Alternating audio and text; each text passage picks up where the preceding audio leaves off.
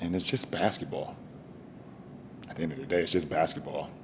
You know, our season has been derailed all season with just like injuries and guys in and out. It's hard to say who we are or what we can be because we have yet to be whole. You know, you're only as great as your teammates, allow you to be as well. My guy AD said what he needed, and then he was gone the following week. So. Those kind of mistakes, so I need to figure out what they're doing. So basically I was the worst player on the court today, but you won the game. When it comes to Nikola Jokic in the postseason, this guy time and time again is the best player performer we have in our current era of NBA basketball. As looking at Jokic this year, despite having lofty Jokic standards, he's been pretty damn good. As of the entire NBA playoffs, ranks first in points, rebounds, assists, steals, and field goals made. The only other player in league history to lead a single postseason in all those stats was Nikola Jokic back in 2023. So right here, typical playoff Jokic. Now, with that being said, Nikola Jokic, he's not perfect and he has bad games. Most notably games 3 and 4 versus the OKC Thunder. In those two games, Nikola Jokic shot 15 of 47, his jumper was off, the floaters are off, he's missing crucial free throws. Oh, that's not good. Jokic in both those games, it wasn't his best, it was far from it. And if you want to knock him for those two games, go ahead, do it all day long, I'm fine with that. But here's where I have a problem. When the Joker plays fantastic, does his job, and more, the mainstream sports media either 1, ignore him, or 2, push their narrative regardless of the facts. Are we sure that Nikola Jokic is the best player in the league? Are we sure about that? Because I would have to argue, and I would have to say right now today, that LeBron James is the best player in the NBA. So stopping Perkins right there, saying Jokic, he might not be the best player in the world, I'd understand that if the Joker wasn't playing well in the regular season. The date Perkins said that was March 4th of this year. Nikola Jokic, the prior 25 games to those comments, was averaging a 27-point triple-double on nearly 60% shooting, 39% from deep, and from the line, 85%. That right there, Nikola Jokic, is playing at absurd levels, all-time great offensive levels. And Perkins still questions this guy, is he the best, is he not? I don't really think so. And with those comments in the back of your mind, look at Game 5, Nuggets vs. Thunder. The Joker in this game, a measly 44, 15, and 5 on 70% shooting. Nothing spectacular, out of this world, just typical Joker. After that game, Kendrick Perkins tweeted out this. Bron gets tired at 40 years old and people question his greatness, but Jokic gets tired and he needs more help. We got to stop moving the goalpost. What are you? An idiot sandwich. This right here from Kendrick Perkins is just total idiocy and a straw man argument. Jokic after Game 5 versus Oklahoma City, nobody was saying he was tired, didn't have enough help. Perkins right here is inventing people in his mind to debate and argue. And when you're someone like Perkins, have no basketball knowledge, you're a buffoon, that's kind of your only option.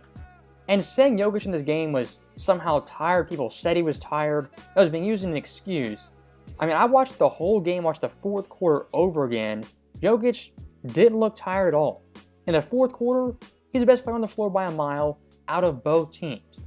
Murray makes his move around Hartenstein, floats it up. Holmgren gets a piece. Jokic is there. 9 to shoot.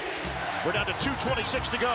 Jokic floats it up. Baker goes. His team is down by 3. Pirouettes, tosses it up. Oh! Are we sure that Nikola Jokic is the best player in the league? If there's any double standard right here, it's on the part of Kendrick Perkins and ESPN. As for 1 second, imagine LeBron James had a 44, 15, and 5 game and his team lost. What would the narrative be right then?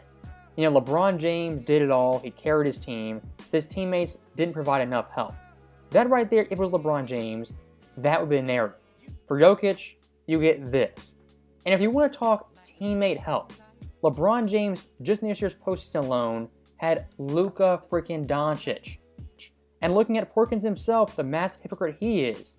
Game 1, Luka Doncic had 37 points. What was Perkins' narrative? Was it LeBron needs to step up, or was it Luka Doncic he's to blame, he didn't do enough? I'll let you see for yourself. I understand you had 37 points. I don't even care about that. What did you do to help your team win with other things that didn't show up in the stat sheet? Let's pull up the film. Here you go right here. If anyone's moving the goalposts being hypocritical, it's Kendrick Perkins and the vast majority of ESPN. And once again, looking at that Game 5 versus OKC, Jokic in the fourth quarter, quite literally, was playing 1v5. And if there's any game ever you could say it was like that, it's this Game 5 in the fourth quarter. As a Joker in the fourth, 13 of his team's 19 points, and 4 of their 5 made field goals. Denver is 1 of 10 from the field in the fourth quarter. Murray drives and Holmgren to play. Dort goes down. Brown is open. Can't hit the 3. Down by 6. Jokic trying to back in. Kick it out. The jumper by Porter. It's an air ball. If any LeBron James team faded like that in the fourth quarter, what would the narrative be? LeBron needs more help. Luka needs to step up. Austin Reeves, Rui, the entire team needs to step up for LeBron James. If Perkins wanted to push this narrative after Game 5, it's the worst possible timing. And it once again proves the narrative, it's bigger than facts, reality, or the actual game. No matter how the Joker plays how he does in the fourth quarter, it doesn't matter. These guys have narratives and agendas they're going to push regardless. And look, the Joker supporting cast in Game 5 in the fourth quarter, they were a no-show. Is the supporting cast awful, terrible, the worst of all time? No, it's not that. Jamal Murray this postseason has been very solid, a 22-5-5 player, which is all-star caliber. Aaron Gordon, basically Robert Horry 2.0, has hit every big-time clutch shot.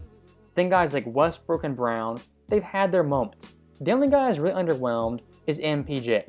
He's under 10 points per game, 40% shooting. He's not playing well. He's kind of dinged up. Saying the Joker has absolutely no help, that's a very bad faith argument. Saying he has the most help, a great supporting cast, that's also a little bit extreme. And look, here's my very simple take on it. Denver supporting cast, night to night, it's very, very erratic. One night they're great, the next night they're bad. Game 5 versus OKC, that was them at their absolute worst. And it just so happened the Joker had a great fourth quarter, and they didn't. That's a damn shame. Now, when talking about the Joker's help, one thing I do want to address is how much he uplifts his teammates when they're on the floor with him. And this right here is a big part of Jokic, what makes him so fantastic. Look at this year's postseason, Jokic on the floor versus off. Denver's defensive rating, Jokic on the floor, is 10.1 points better than with him off. Their offensive rating, the exact same thing. With Jokic on the floor, 8.5 points better. And compared to someone like SGA, who has a deeper team, better team, and all-around a better supporting cast. The Thunder's defense SGA off the floor is 3 points better. Offensive rating off the floor, also 3 points better. Does that mean SGA isn't valuable, isn't a great player? Absolutely not. What it means that Jokic is the greater player, the more valuable player. That's the context. And for someone like Jokic elevating his teammates, a lot of these guys who've never been all-stars, all-NBA players, with Jokic, look a lot better than they actually are. So that right there is the end of the video, and I'll make one final point. In the debate about Jokic, does he have help, does he not have help? It's quite simple. The Joker, yes, he has help. But compared to past superstars in various eras, heck, compared to LeBron James, that level of help he's never had. The Joker's best teammate all time is Jamal Murray. And look, Jamal in the playoffs is a great player. Is he D Wade? No. Is he Kyrie? No. Is he AD Luka? Also no. Those 4 players right there are multi-time All-Stars, All-NBA players and first ballot Hall of Famers. Jamal Murray, he's in the Hall of Very Good, not the Hall of Fame. And even looking at guys like Bosh and Kevin Love, who are third option LeBron James teams, if those guys went to Denver, they'd be the best player outside of Jokic, the clear second option ahead of Jamal Murray. So that right there is the end of the video. As always, thank you guys for watching, hope you enjoyed it. I'll see you next time.